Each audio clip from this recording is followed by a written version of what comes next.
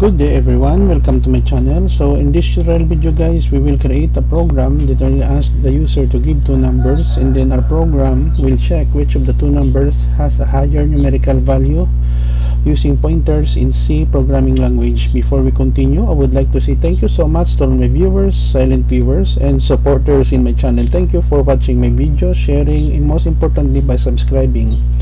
If you are new with my channel and then you like this video, please hit the like button. Don't forget to share, and please support my channel guys by clicking the subscribe button. So let's begin. I will put a link in the video description where you can download the complete source code for free in my two websites.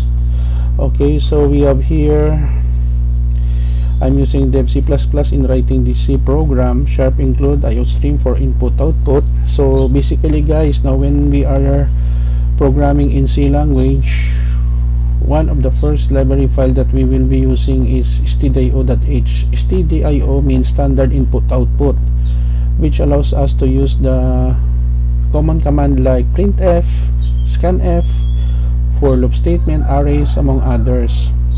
Every C program has a stdio.h as a part of each library file. Int main, it is a function.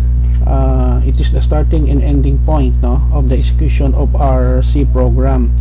So basically, when we execute our program, our compiler first will search this function main and then execute. The same way when we terminate the execution of our program. We have here left curly bracket, and then I have several variables here, int a and b, which has a data type of integer. And then line number 6, we have C and D, which I declare pointers. So pointers are very important in C programming, in C++, because it allows us to make our program more efficient, faster, and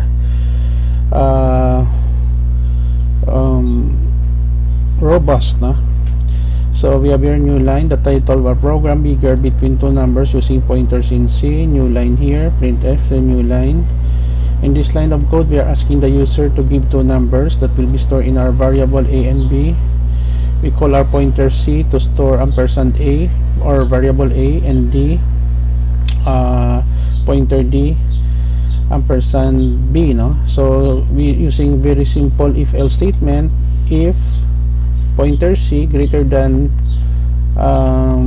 pointer d, so a, variable a, will be the highest value and b is the smallest value, else it is b that has a bigger value and a has a smaller value. And then we have here new line, which informs the user that the program has been ended, and then we close the body of our main function. Don't worry guys, because I will put a link in the video description where you can download the complete source code for free in my two websites. Let us compile and run.